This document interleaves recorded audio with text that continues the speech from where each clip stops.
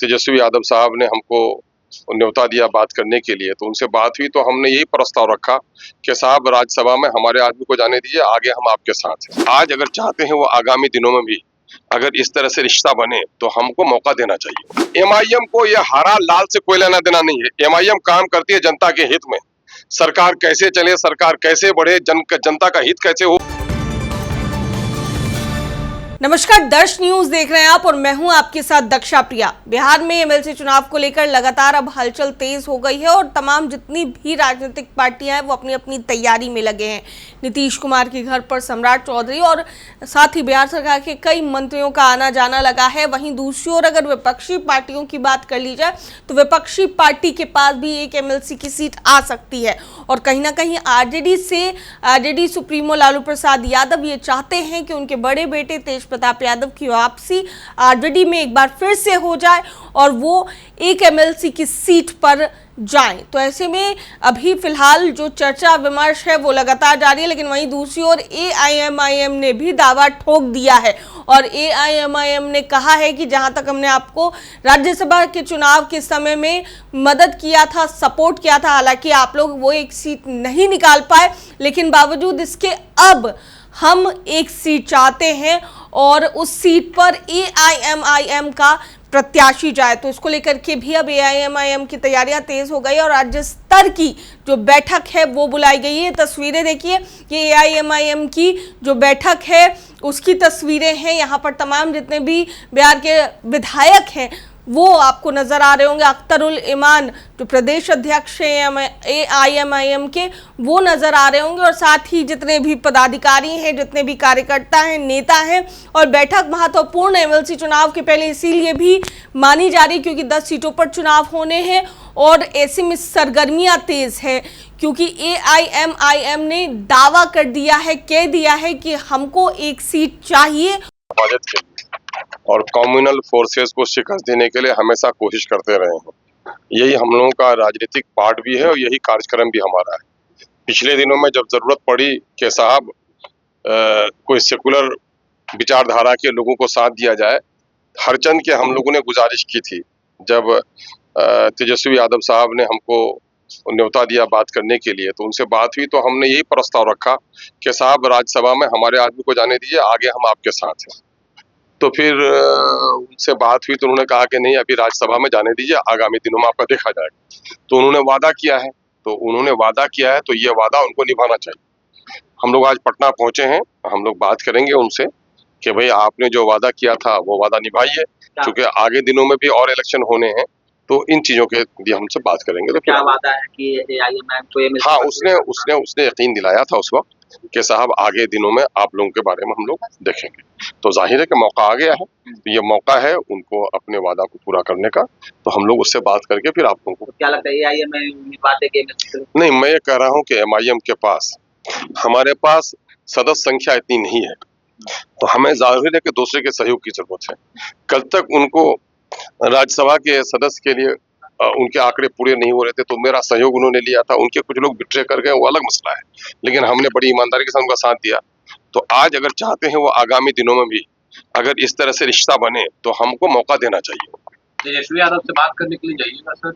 बात करूंगा, बात करने के लिए जाऊंगा, बात करने के बहुत सारे माध्यम है, देखूंगा। अच्छा, बिहार में सर बंगले पर सियासत हो रहा था, जब आपको खाली करने का आदेश किया गया है, पर आरजेडी के नेता कह रहे हैं कि एनडीए में कई ऐसे नेता जो सांसद हो गए बतौर वो सरकारी बंगले में किस हैसियत से रह रहे भाई, केंद्र में मंत्री है तो सवाल ये पैदा होता है कि देखिए, हम विकास की बात करते हैं, हम शांति की बात करते हैं, शब्द बड़े अच्छे हैं, लेकिन मैं आपको बता देता हूं, जिस समाज में इंसाफ नहीं होगा, न्याय नहीं होगा, कानून नहीं चलेगा, राज नहीं होगा, वहां इंसाफ अमन कायम नहीं हो सकता है।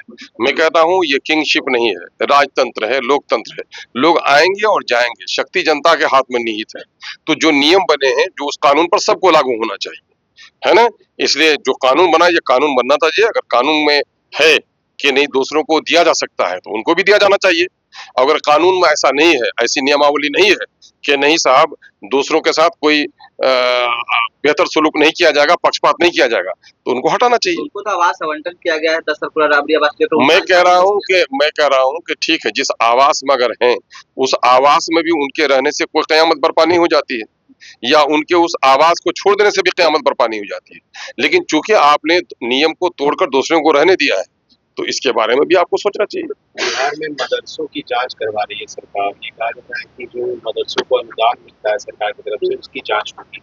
आप ये बात बताइए तो department of education, minister of education, secretary of education, secretariat में इतना बड़ा अमला और नीचे तक ब्लॉक लेवल पर ब्लॉक एजुकेशन ऑफिसर किस काम के लिए?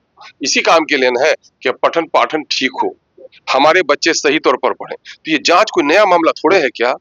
इसमें क्या वाबेला मचाने की? जहां मदरसे का मामला या कुछ लोगों को खुजली हो जाती है, भाई मदरसे की भी जांच होनी चाहिए, स्कूल की भी, कॉलेज की भी। जो लोग बने जहां पर जाएं सही तौर पर। यहाँ विडंबना तो यही है कि बिहार में आज हम उन्माद में पड़े हुए हैं।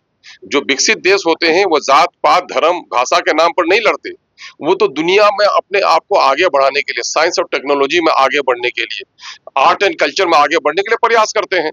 आप देखेंगे अमेरिका की आबादी हमसे ज्यादा है क्या, लेकिन उसने ब्रेन ड्रेन हुआ हमारे यहाँ।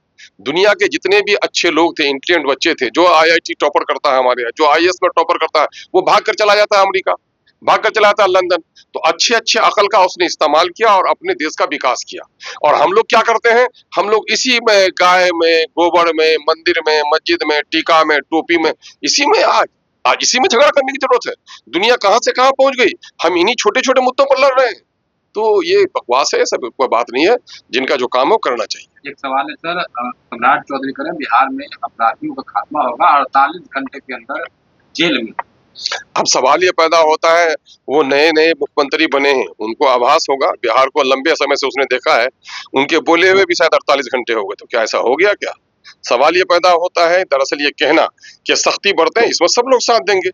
मैं कह रहा हूं कि शराब को बंद करना, डाकुओं के हाथ में हथकड़ी लगाना, बेईमानों को जेल भेजना, भ्रष्ट अफसरों को कमर में रस्सी लगाना, इसमें कौन नागरिक है, कौन शरीफ आदमी है जो इसका इनकार करेगा? ये अगर वो करा सकते हैं तो हम तो साधुवाद देंगे उनको। हरा गमछा पर भी सर बिहार में खूब विवाद हुआ, सम्राट का AI को अगर कह दे कि भैया MIM को ये हरा लाल से कोई लेना देना नहीं है। MIM काम करती है जनता के हित में। सरकार कैसे चले, सरकार कैसे बढ़े, जनता का हित कैसे हो, आम जनों के बच्चे, गरीबों के बच्चे कैसे पढ़े, बीमारों को कैसे दवा मिले, बने गाँव तक कैसे सड़क पहुंचे, बिजली कैसे पहुंचे, पलायन कैसे रुके, रोजगार कैसे मिले, नदियों का कटाव से कैसे लोगों को बचाया जाए, तमाम तरह क्षेत्र में विकास कैसे हो, ये हमारा मुद्दा है। ये सब मुद्दा सिर्फ आप लोगों का लाल मिर्ची वाला मुद्दा आप लोगों का है, सिर्फ TRP बढ़ाने के लिए। अब हमारी कौम भी ऐसी बीमार हो गई है। वो बीमार हो गई ना, जब किसी को अतरी की बीमारी हो जाती है तो उसको अमरूद के दाने अच्छे लगते हैं, उसको झालमुड़ी अच्छी लगती है ना? तो बीमार कौम की निशानी है कोई चटपटी खबरें सुनती है। और जो कौम तामीरी होती है, रचनात्मक होती है, जो कौम कंस्ट्रक्टिव होती है, तो वो कंस्ट्रक्शन। आप लोग पत्रकार लोग गए कॉलेज में, टीचर कितने हैं, बच्चे कितने हैं, रोजगार के बच्चे लाठी क्यों खा रहे हैं, कल कारखाने में क्या हमारे लोगों को रोजगार मिल पा रहा है, नदियों के कटाव का क्या हाल है? ये सब तो आप लोग करेंगे नहीं, बस पटना के ठंडे हवा में बैठ के रहेंगे, लाल मिर्ची वाली खबर बनाएंगे आपने। और अब विपक्षी पार्टियों में कहीं ना कहीं एक बार फिर से जो है उथल पुथल देखने को मिलेगी, क्योंकि जहां तक RJD की बात है तो RJD अपना प्रत्याशी भेजना चाहती है, वहीं दूसरी ओर कांग्रेस अब सपोर्ट में आती है या नहीं आती है, ये भी बड़ी बात है और गौर करने वाली बात है। और दूसरी ओर अगर बात की जाए AIMIM की, तो वो साफ कह रहे हैं कि अब एक सीट जो है MLC की वो उन्हें चाहिए। तो इन्हीं तमाम चीज़ों को लेकर चर्चा हो रही है। और साथ ही बिहार विधानसभा के जो चुनाव हुए हैं, इससे पहले लोकसभा के जो चुनाव हुए हैं, उनमें क्या कुछ कमी रह गई और आने वाले चुनाव में क्या कुछ करना है, इन तमाम चीज़ों पर चर्चा हो रही है। तो देखना होगा कि MLC चुनाव को लेकर जिस तरीके से बैठक बुलाई गई, जिस तरीके से चर्चा हो रही है, क्या कुछ इस बैठक में निकलकर सामने आता है। फिलहाल विमर्श हो रहा है, चर्चा हो रही है और देखना होगा कि क्या कुछ बातें इस बैठक में AIMIM की होती हैं। तमाम चीज़ों पर गौर करना होगा। दर्श न्यूज़ में फिलहाल के लिए इतना ही। बने रहिए हमारे साथ देश और दुनिया की तमाम खबरों के लिए। धन्यवाद।